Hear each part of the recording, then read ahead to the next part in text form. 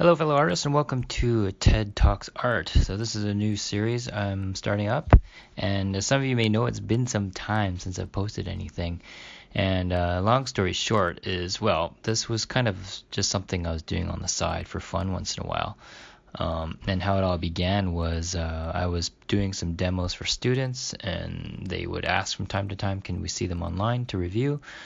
And I thought, okay, well, I might as well post it on YouTube and others can watch it as well. And that's how it all came about. But as a few of you probably noticed, it's been some time since I've posted anything substantial. And the reason I'm getting back into it now is, well, like many of you, I watch and listen to some of these other guys like Jake Parker and Bobby Chu, Will Terry, to name a few. And, it's been very inspiring and informative what they do.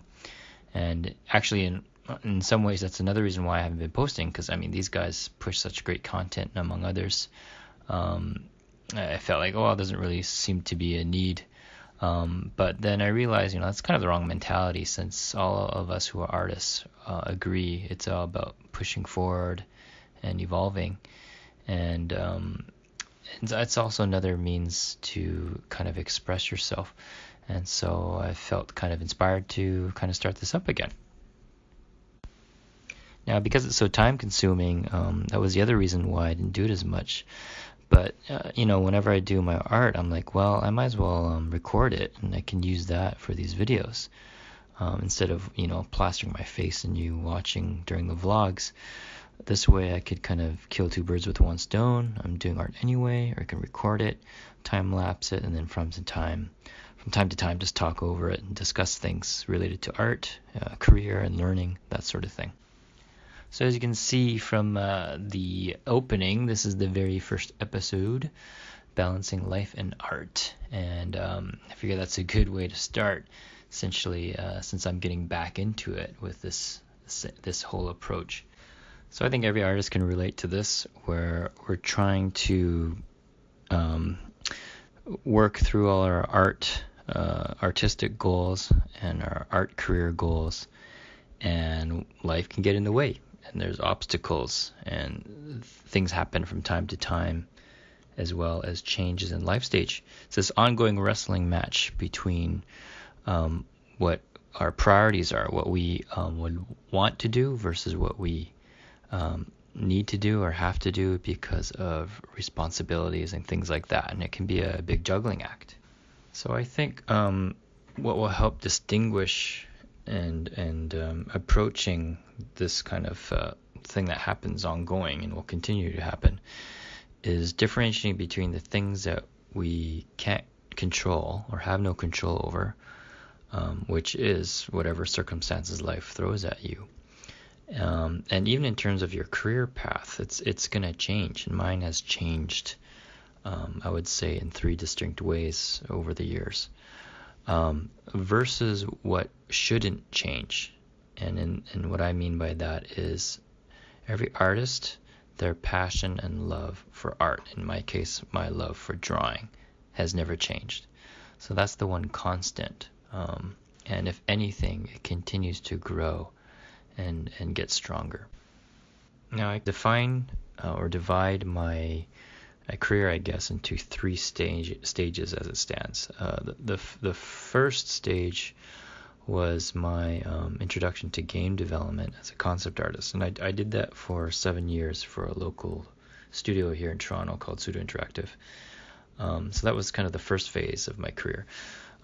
When that studio shut down, I decided to go the freelance route, and that certainly was a big change. Going from going in day to day in a studio with other people to deciding to strike it out on my own, and the challenges of building up a client base and getting exposure in my art. That was the second stage. And then the third stage, which was slowly introduced by teaching on the side, and that teaching started to increase to the point where I do that predominantly. I teach, and now just selectively take on clients from time to time, no longer out of necessity for revenue or income, but instead just I could be choosy about it. Now, the one common thread with all three stages, of course, is its correlation with art, whether I'm working for a studio, working on my own, or teaching it. So certainly that's the one constant. So even in that, it's this juggling act between, I guess, practical or pragmatic choices versus personal pursuits, especially as it relates to art. And a big shift in those priorities and changes are where your life stage is at. So in the earlier days, when I was young and single, now I'm not so young and married and with kids. Now, I mentioned in one of my earlier videos a long time ago how I moved around a lot initially. So I'm originally from the West Coast in Vancouver, and then I came to the East Coast for undergrad, not in art, but in finance of all things. And I moved back to BC, just kind of, searching, doing some soul searching. Eventually I moved to New Jersey for a couple years to do the Kubert School. Finally, pursuing art.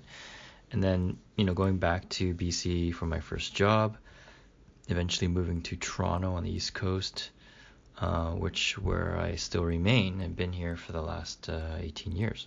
So when you compare, when I was moving around versus now I've stayed put for the last 18 years, what happened? Well, in those earlier years as young and single, and now at this stage of life, yep, you guessed it, I've planted my roots. I'm married, have kids, mortgage, the whole shebang. And family is an important thing. Not just, my immediate family, but extended family, both on my side and my wife's side. And that's a huge reason why we stayed in Toronto. It's a huge reason why I moved to Toronto. And those things are important. And so around that, levying and balancing my desire for artistic pursuits, that's the juggling act. However, part of the challenge and perhaps frustration for many of you, and myself included, is sometimes our love for art and our personal artistic pursuits can clash with what our career goals may be and what life opportunities has to offer. And if you're anything like I was when I first started, the idea of finally getting paid to draw, especially in entertainment, whether it's comics or animation or games, is pretty exciting and almost surreal.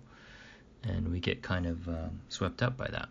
But as time goes by, or situations and opportunities or jobs change, it's kind of like the honeymoon period is over. And however, what should happen is this kind of more deep-seated, simmering, love for the craft, regardless of where the job may be or work situation may be. Now, if you have that as your foundation, that can go a long way. And certainly there's more to it than that. Like me personally, my greatest foundation is my faith, and of course my faith in God and my family as well. And you couple that with the foundation of my love for art. That's like a trifecta of rock to stand on. So even going back to when I finally decided to go to art school, that was met with some trepidation because, like many of you, I decided later in life to pursue this. Like for me, as I mentioned in an earlier video some time ago, it took a while for me to wake up and realize that art was something I really wanted to pursue in a serious manner. And at that point, I had already gone to university, had my bachelor's in finance, and by the time I went to art school, I was 26.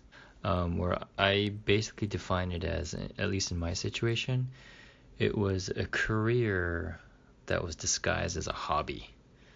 And so what I mean by that is it's this kind of deep-seated, I knew I loved to draw, but it just wasn't hitting, or it was convoluted and suppressed for various reasons that I couldn't foresee it as an actual job.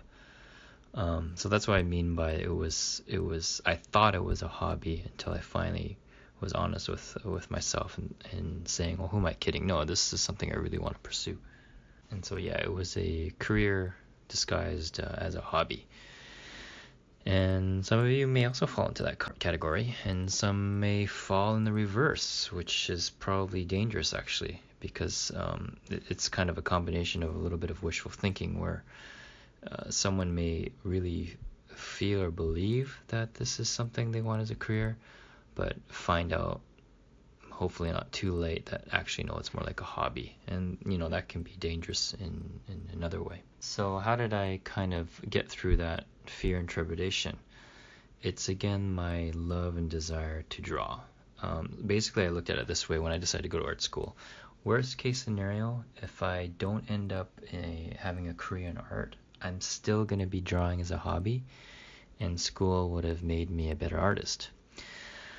Now, I mean, school can get pricey, and it was back then, but even more so now. So that mentality can, kind of falls into a luxury now. Like I even tell my students, did you pay 30 grand tuition just to pursue a hobby? I hope not. But at least for me back then, that's the way I kind of rationalized it. If it doesn't work out, worst case scenario, I'm still going to be drawing no matter what, and school will help me enjoy that and be a better artist. So I mentioned now at this stage of my life, I predominantly teach and from time to time take freelance projects, but really my main focus, outside of teaching and other responsibilities, is my own work, my own projects. I've been working for other people and other entities for so long. I'm like, well, it's kind of long overdue that I do something for myself. So I just released just self-published my first book. And, that's something that's important to me now. And it's not always about the income or the exposure or the IP or the fame, whatever you want to call it. I think everyone needs to be true to themselves, both in terms of the type of art they do and what type of pursuits make sense to them and are practical at the same time. So with this first book, it was really just for myself. Now, if no one else buys it, again, that's not a big deal, since really worst case scenario, I did it for myself. If anyone does buy it, 10 people, 100 people, 1,000 people, that's great. But, to each their own. But again, what matters is you're being honest with what will be fulfilling for you. And that usually is always the best route, because what happens is you as an artist and your art will evolve and improve because it's honest. And sometimes we can get kind of distracted by that. Like, let's say, if you want to make it, especially as a freelance artist, I need more exposure, and maybe one way to approach that is produce art that's more acceptable or more mainstream, like fan art. And I think that's only okay if that's what you really want to do. It's like anything else, pop music is always going to be more popular. That's why it's called that, and makes more money, and there's more celebrity. But hopefully, regardless of what type of music people listen to, the ones that really speak to them are the ones that are doing this kind of music because they love it first, as opposed to fame and all those other things. And art's the same way. And that will really filter in both indirectly and directly in terms of the type of decisions you make, both on a personal level and on a professional level. So this boils back down to that question: how do you balance life with your art pursuits? Because there's a disconnect, and I think that disconnect comes down to what our career goals are, what our expectations are to get there, and the obstacles that we face along the way. And if we aren't able to properly assess those things, I think that's where the disconnect and frustration and fear kind of grow. And this requires some honest and serious reflection about yourself as an artist, as a person, and the goals you wish to achieve. So let me give you the best way to talk about this is through an example. Let's say you have two artists who have comparable ability, okay? Let's just, for argument's sake, they have the same ability or aptitude.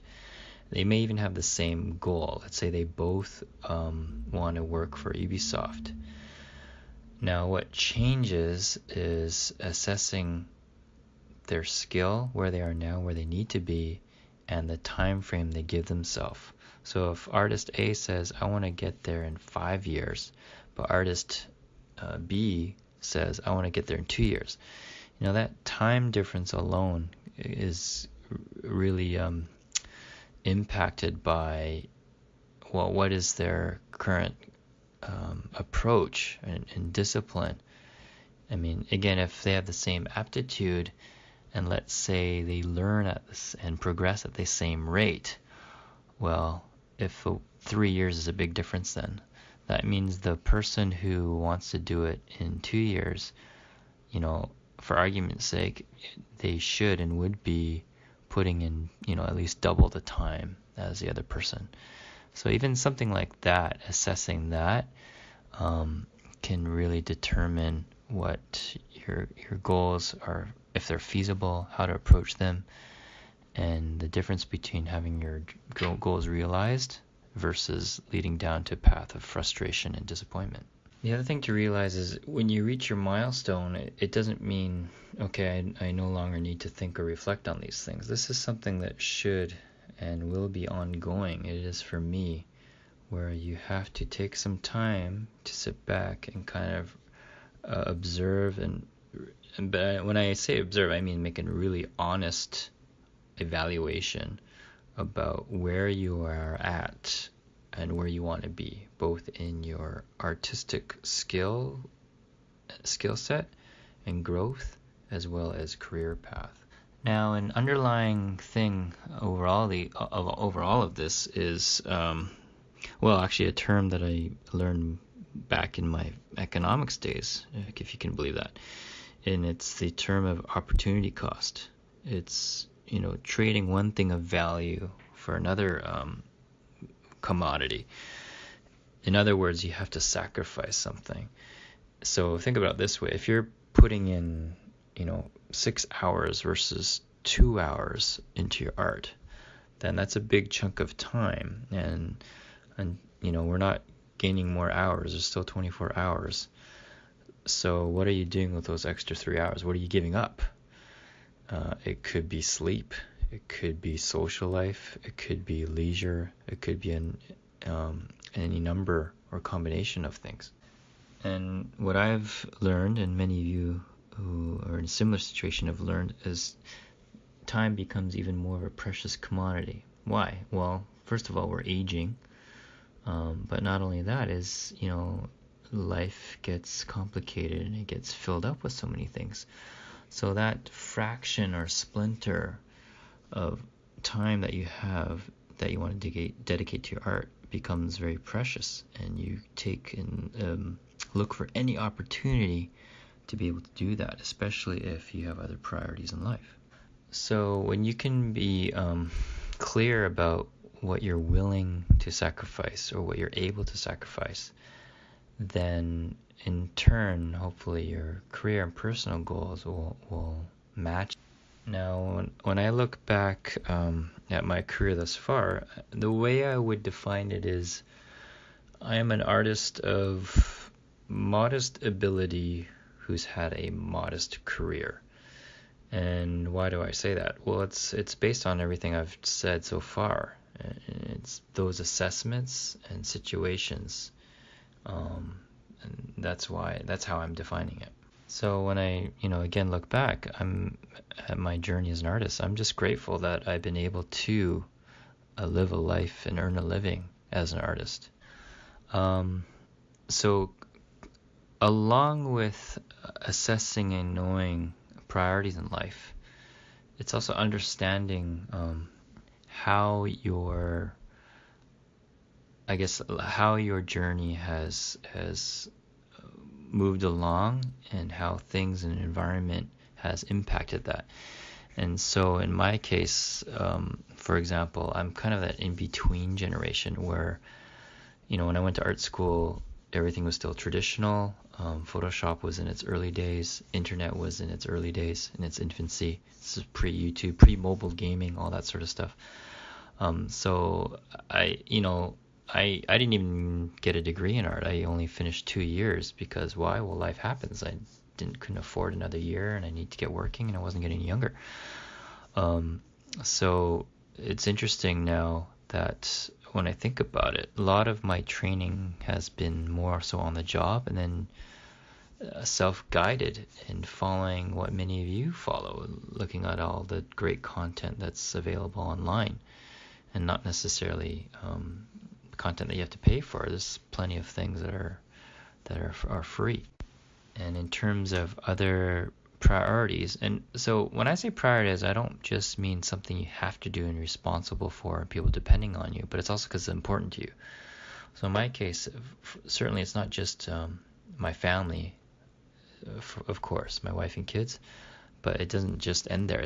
It's both my extended family and my wife's extended family. I mean, that was a big reason why I even moved to Toronto. Was back then my eldest niece was born, and I was, depressed that I could only see her once a year.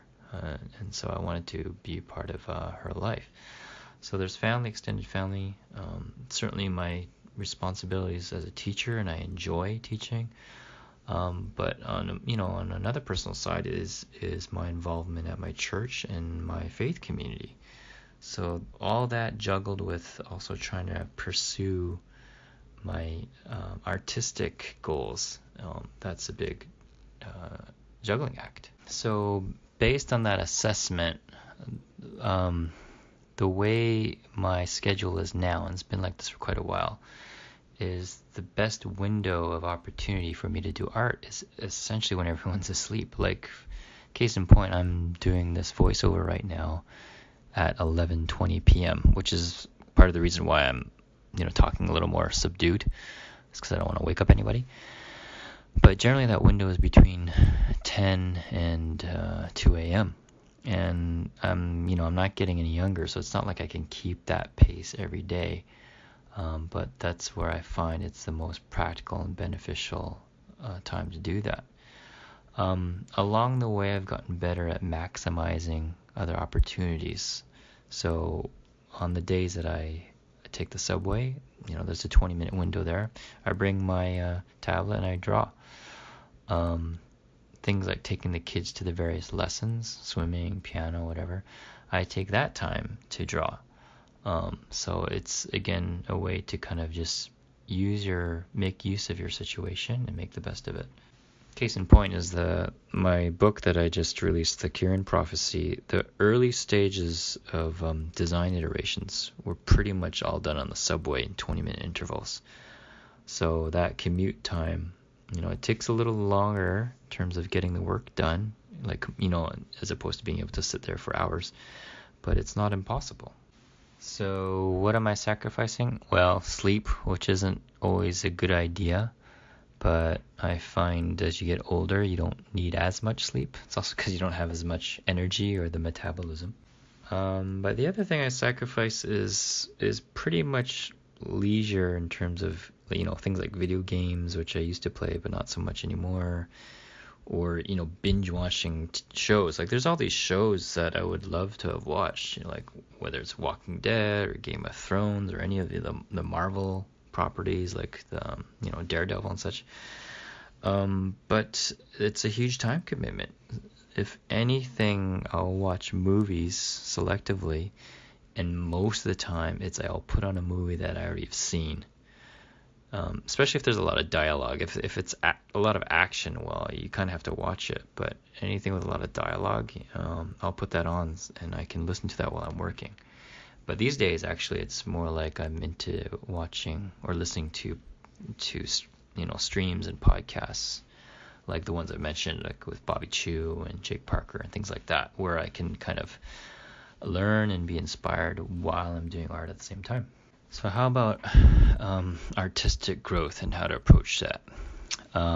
So for me, definitely everything I just said is determines or helps me determine how to approach that. For example, I tell people that I'm both a concept artist and illustrator, and for those who are hearing it for the first time, it can be confusing. But in a nutshell, illustration is more emphasis on your technical skill, whether it's anatomy or composition, that sort of thing. Whereas with concept art, it's more flexing your design muscles. And for me, design wasn't something I was formally taught. I'm part of the in-between generation, as I mentioned before. I went to school for illustration, and it was all traditional. And then when I landed my first job as a concept artist, I literally learned designing on the job. I literally learned Photoshop on the job. Case in point, after doing 7 years at that studio, and when it closed its doors, I started doing speed painting after that. So it's kind of playing catch up.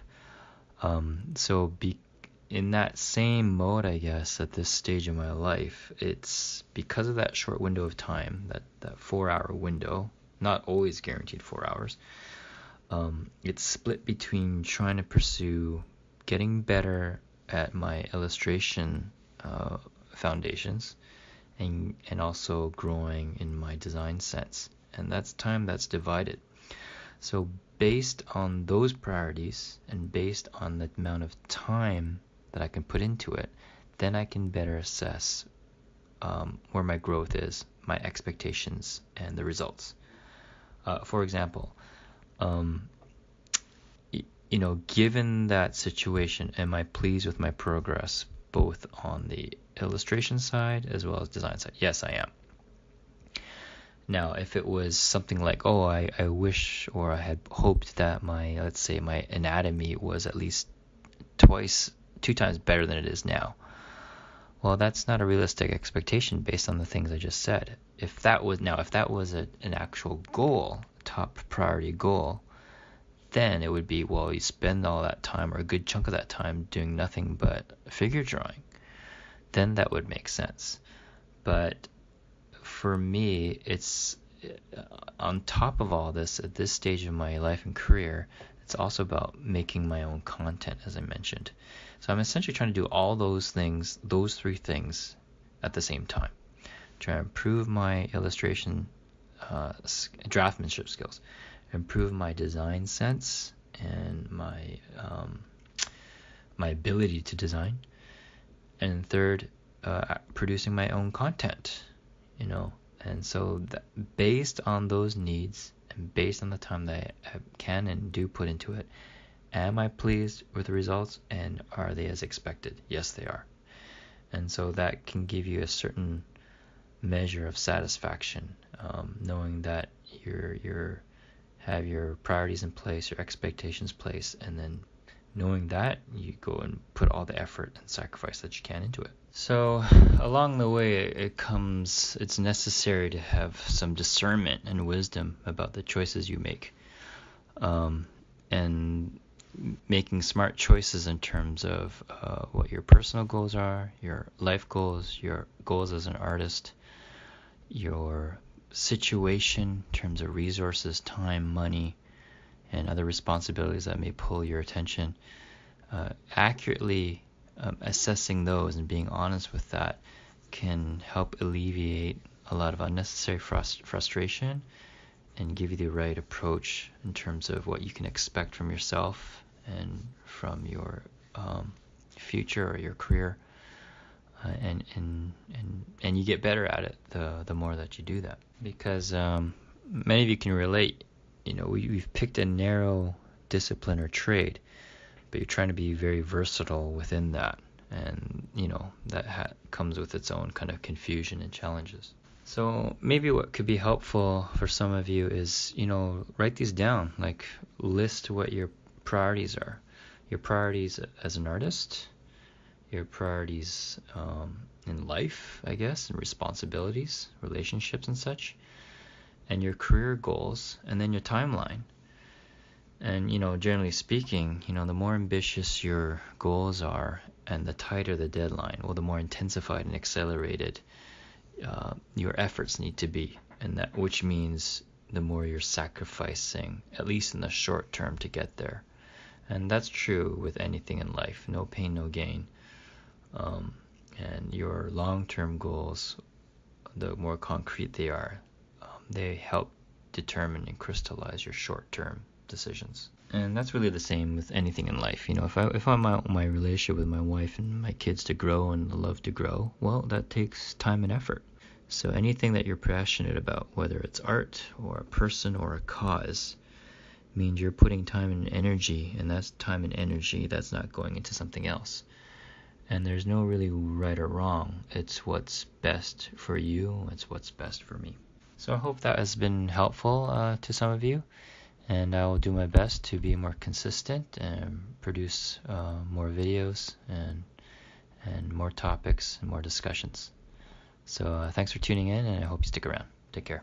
So thanks for tuning in to TED Talks Art. If you enjoyed this and would like to see more, don't forget to subscribe. And if there's certain topics you want me to discuss, feel free to mention them in the comment section. Until next time, see ya.